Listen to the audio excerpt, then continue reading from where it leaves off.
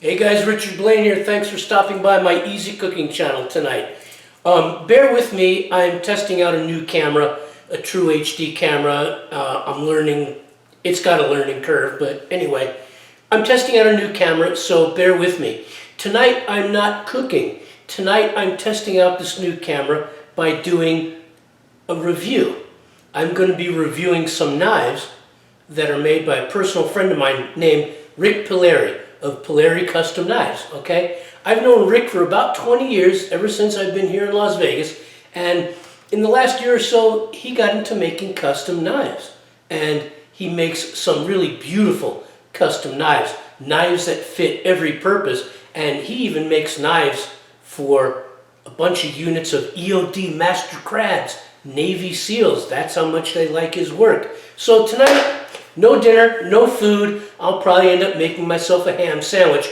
But what I have for you is a review of some early Rick Pileri custom knives and a couple that are right now up to date. So as usual with YouTube, let's get going. I'll see you on the other side. Okay guys, let's start out with one of Rick's earliest knives. This knife I call the Bodington, okay? I call this the Bodington. It has an old-fashioned stippling, okay? It's made out of 01 tool steel, okay? It's got a Scandi grind and black G10 grips, okay, using loveless bolts, okay? This is one of his earliest pieces. He made this for a friend of mine named Vern, and it's a fantastic knife, all right? It's very thick. I don't have all the exact measurements, all right? This is just a basic review of some of Rick's knives, but you do notice he uses red spacers, okay? He uses red spacers. It's a very thick knife, Scandi ground, Bodington, modified military spear, bushcraft style of knife. This is one of his first pieces. He's probably sold 50 of them at least. And it's a piece of work. It's simple, it's basic, it's KISS. Keep it simple, stupid, because that's what Rick does, is he builds knives that are simple, no frills, knives that work. The Bodington, one of his very first, beautiful, beautiful knife. Then, for another friend of mine, he built this knife. This is called the Apache, all right? This also has a nice wide Scandinavian grind at 11 degrees, black G10, loveless bolts, 01 tool steel, red spacers, okay? Even got his name on it because he got the stamp. This is a very popular knife. This knife is halfway between a modified military spear, a big, broad military spear, all right, and a smatchet. And the only people that'll know what a smatchet is, excuse me, is people that have served in the military, mostly in the Marine Corps. Rick calls this the Apache. This is a beautiful knife. This is a very heavy knife for its size, but it can perform amazing chopping chores for its size. The Apache, just lovely. Just one of his most popular knives is his Field Light, okay? This is a Pileri Field Light, also in 01 tool steel, Scandinavian ground, white oak handles, okay? This is a neck knife, a small belt knife. This is for like your eating chores, your whittling chores.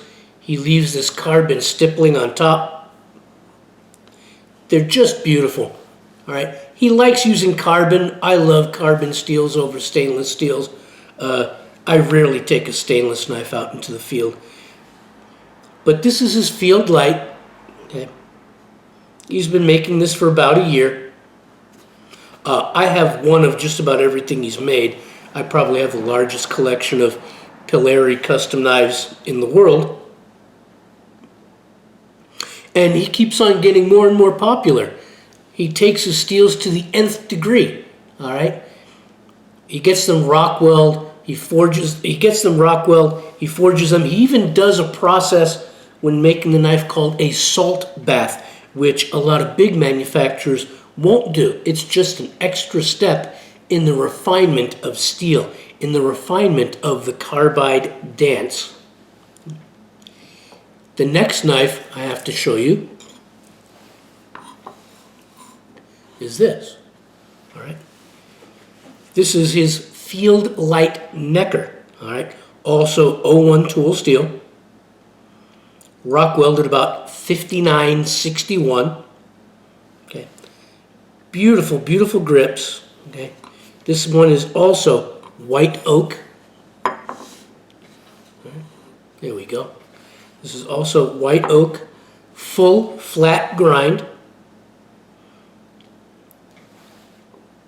finger grip choil, 01 tool steel, 5961. Very simple, very handy, very beautiful.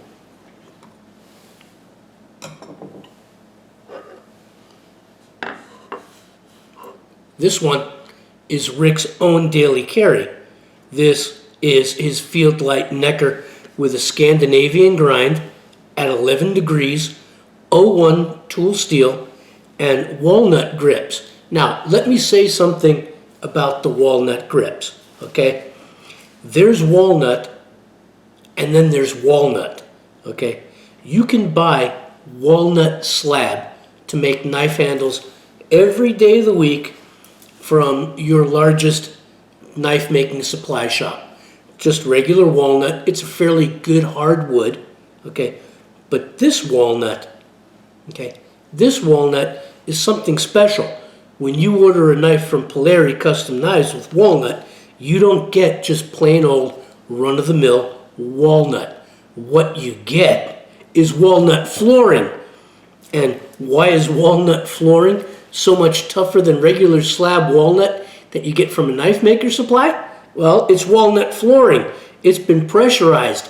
It's going to have to take years and years of abuse of people walking on it, stomping on it, dogs and cats running and sliding along it, kids sliding along it.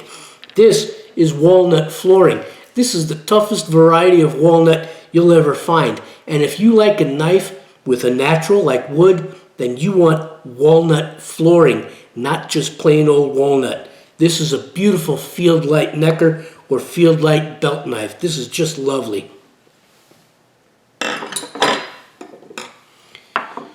This is Rick's Field Light. This is Rick's Field Light Necker with the walnut flooring in a high flat grind. This one happens to be mine. I happen to like the high flat grind, and it's 01 tool steel, tempered at 5961. And my camera might not be doing the best job of it, but these are beautiful knives. They're tough. They're no frills. They're simple. All right. This one is 01 tool steel as well. Okay. Walnut flooring, high flat grind. Just beautiful lines.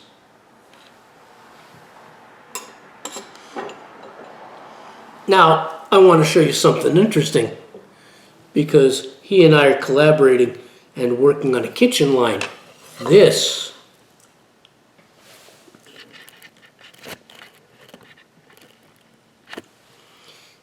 all right, so let me show you something interesting because Rick and I let me show you something interesting. Rick and I are collaborating on a line of kitchen knives, basically an 8 and a 10-inch French, ground 50-50 with a 30-degree edge, 15 on each side, 30 total, 52-100 steel. All right, this is what I consider an exotic carbon steel, 52-100. All right, I've been using this knife now for about a month and a half, and it eats everything I put through it. It has spacers. It uses Corby bolts. Gearheads will know what I'm talking about. 52-100 steel, also tempered at 5961. All right. This is a 6-inch prototype utility. It's patinaed because I've been using it. This 52-100 carbon will match or exceed any Japanese carbon steel knife out there. It's all in the Rockwell, and it's all in the Rockwell, and it's all in the heat treat. It's all in the angles. Okay, you can make a knife do whatever you want, but it's all in the angle of the edge, and it's all in the heat treat. This is a 6-inch utility he made specifically for me, and it is fantastic. All right, so he's going to be offering 8-inch, 10-inch French, and probably a 6.5, maybe 7-inch Santuco in his kitchen line, and that's coming in the next 6 months or so.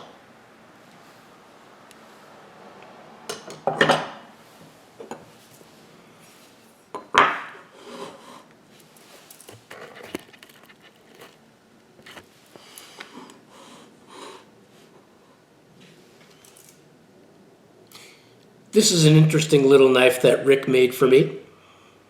All right. It looks like a cleaver.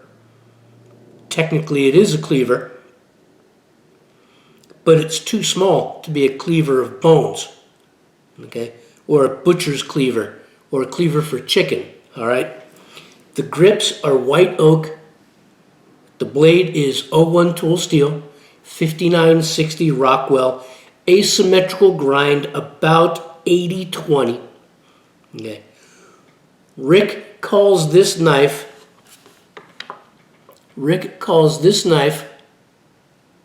a tribute to Paulie. All right, a tribute to Paulie.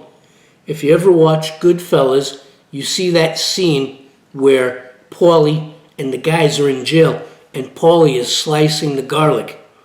Okay, and Henry is saying, he's slicing the garlic so thick, so thin, that would just melt in the pan. Well, one day, Rick was sitting around, and he had a spare piece of steel laying around, and he didn't know what to do with it. So he looked, and he thought about his good friend Richard Blaine, me, and he decided to pay tribute to Richard Blaine by making me a knife called a tribute to Paulie. This knife is wonderful at slicing garlic and chives and scallions and lemongrass. I can cut paper thin with this knife, and I have cut paper thin with this knife. It's a wonderful little cleaver. It's one of a kind. Don't ask him to make you one because he won't. It's strictly mine, and I thought I would show it to you here. It's a traditional Japanese hamaguri grind. All right, here's the shinogi right here.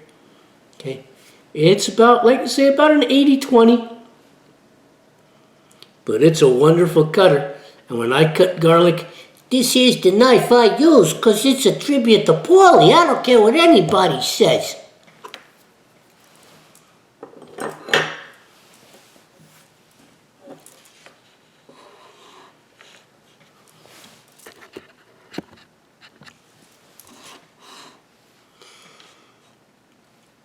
As time went by, Rick's been making knives for about a year. He and I collaborated on design because I've been involved in Filipino martial arts, Bikini Terja, Kali Eskrima, for about the last 15 or so, 16 years. Always looking for a good fighting knife, something that cuts.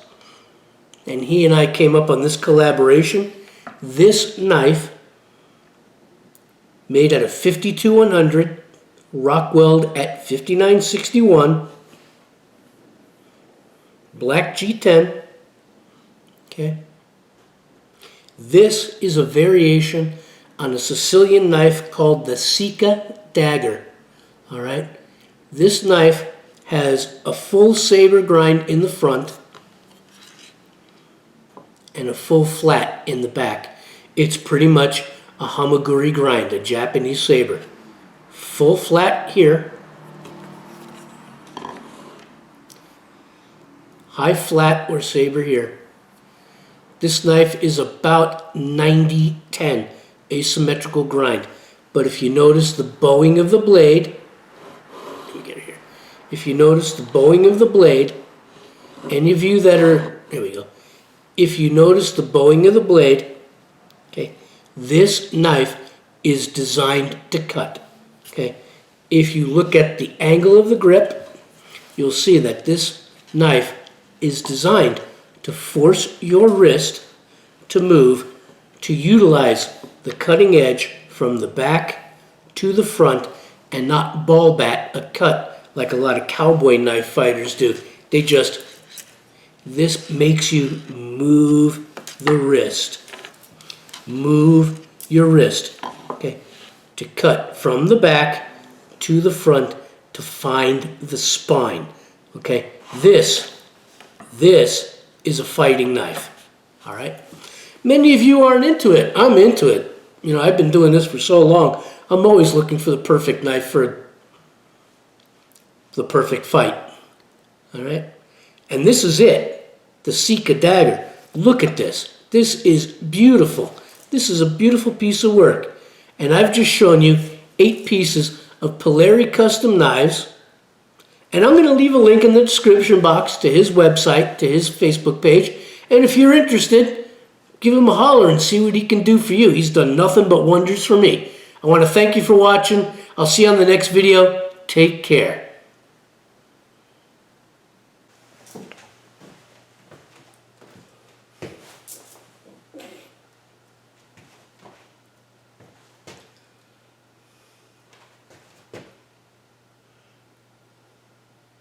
Hey guys, Richard Blaine here. Thanks for stopping by my Easy Cooking channel tonight. I hope you enjoyed the review of Rick Pileri Custom Knives.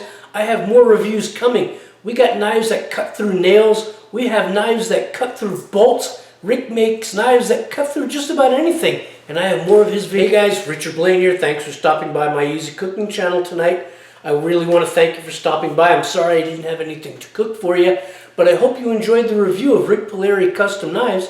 I'm going to have more reviews of his knives coming, and we're going to show you things like how to cut through wood with it and how tough his knives are. We're going to cut through nails. We're going to cut through bolts, okay? And then we might even cook some food with them. So I'm sorry I didn't have a meal plan for you tonight, but I wanted you to see how wonderful his knives really are, okay? So as usual with YouTube, I want to thank you for stopping by. I will see you on the next video. Please comment, like, and subscribe.